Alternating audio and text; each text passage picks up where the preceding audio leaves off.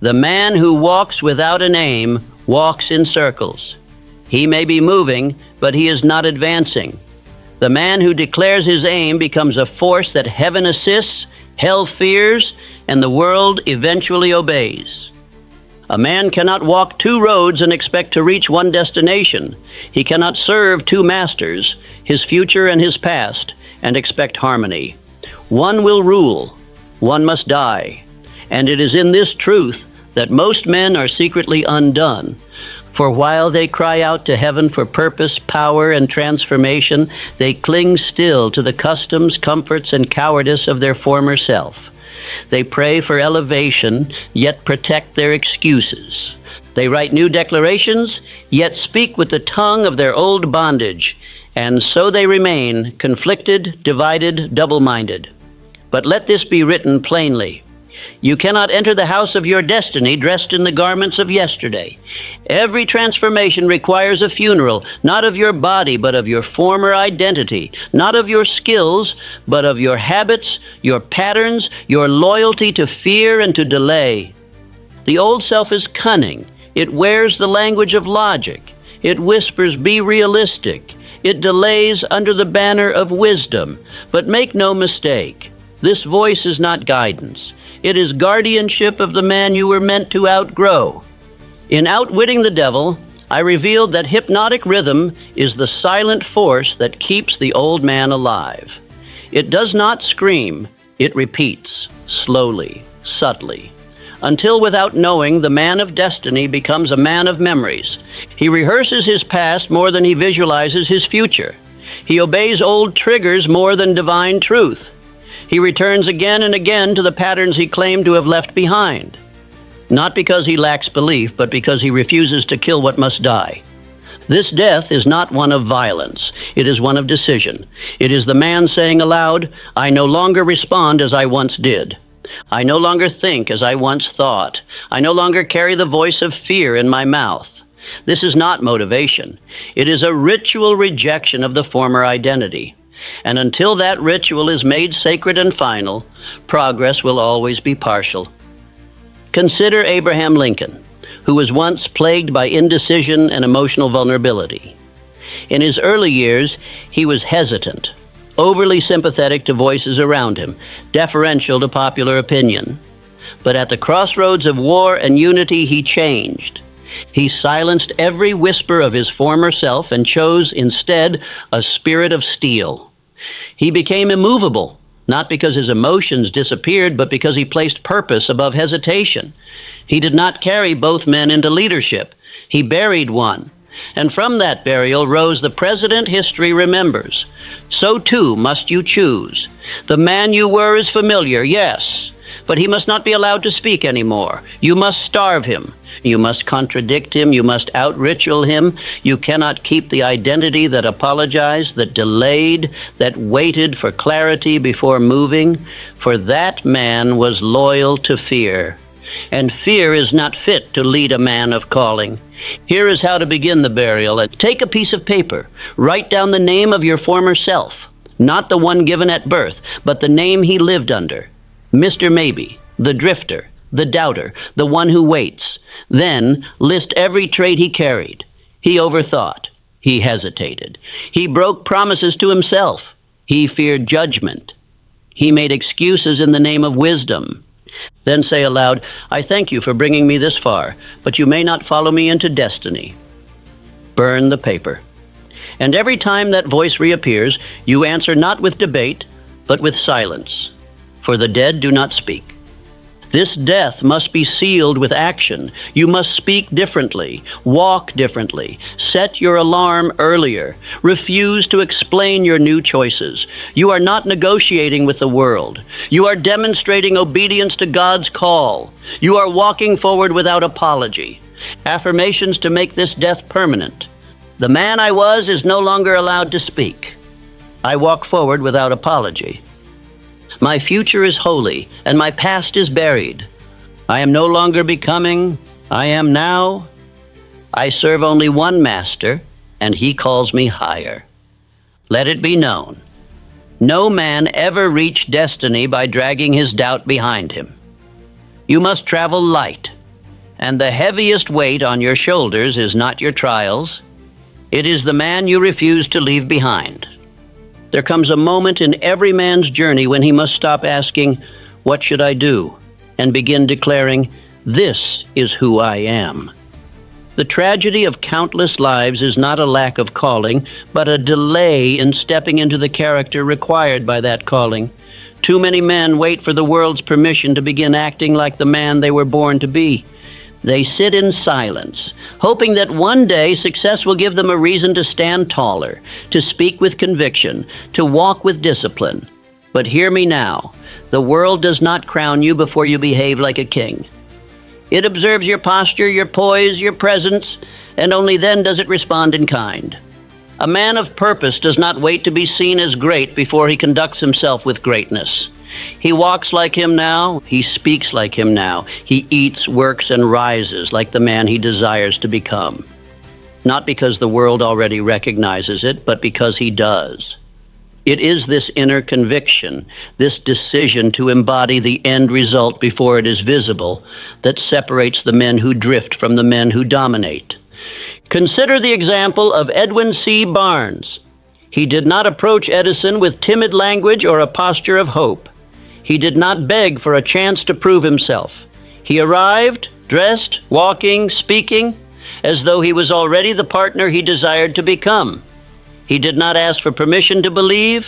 He embodied belief. He cleaned floors, yes, but with the gaze and gait of a man already embedded in the inner workings of genius. Barnes was not acting, he was activating, and the world around him, Edison included, eventually bent to match what Barnes had already chosen to become.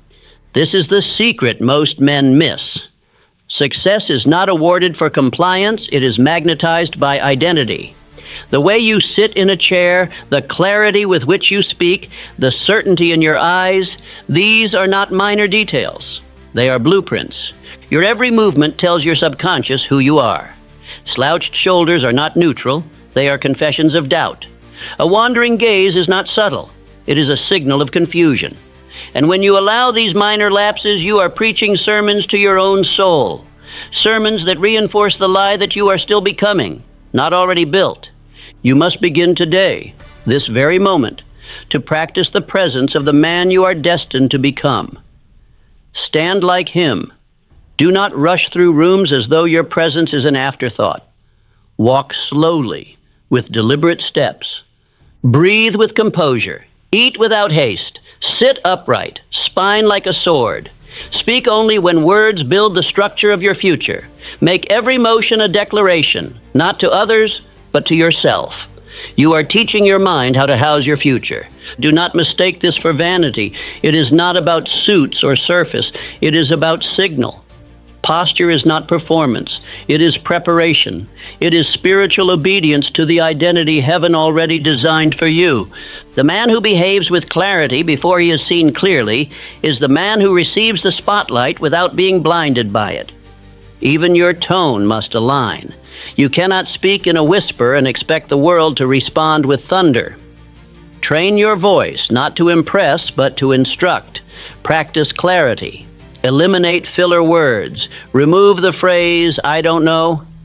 It is a dangerous spell that reaffirms weakness. Replace it with, "Let me think," or "I will decide." Because the man you are becoming does not seek escape routes in language. He forges paths with it. You must even examine your rituals. Does the man you wish to become rise at dawn or sleep until noon? Does he prepare his space for discipline or walk through clutter? Does he check devices first or speak aloud his definite chief aim before the world has a chance to distract him? Every detail counts. Every step must harmonize with the song of your calling. You are not pretending, you are pre-living, and if your mind ever questions you, if it dares whisper, "But it's not real yet," you reply, "It is real in the only place that matters first, in my spirit, in my mind, in my movement." The rest is simply catching up. Now declare this aloud, not as affirmation alone, but as identity installation.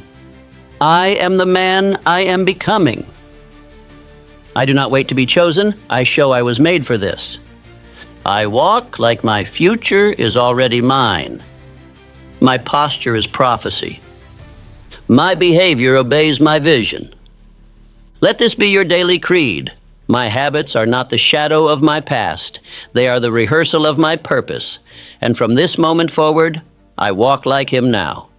Purpose is not something you stumble upon once and then keep forever. It is not a possession. It is a relationship. And like every sacred relationship, it must be renewed daily, nourished through ritual, and strengthened by devotion. A man does not become great by one act, no matter how grand. He becomes great by building an altar to his purpose and returning to it every morning and every night. Discipline is not punishment. It is the highest form of reverence. It is the acknowledgement that what I am building is worthy of my loyalty, my repetition, and my full emotional attention. You see, the modern man looks for magic in the extraordinary. But every successful man I have ever studied understood the truth. The miraculous is hidden in the mundane when performed with intention. Elbert Hubbard, that brilliant craftsman of both thought and enterprise, treated his writing like worship. Each morning he rose not because he had to, but because his soul demanded he meet his purpose before the world attempted to interrupt it. He was not waiting for the muse to visit him. He was building the temple so she would know where to dwell. Likewise, Henry Ford did not manufacture an industry out of excitement. He did so out of sacred consistency. He was methodical to the point of reverence. He believed in the rhythm of excellence.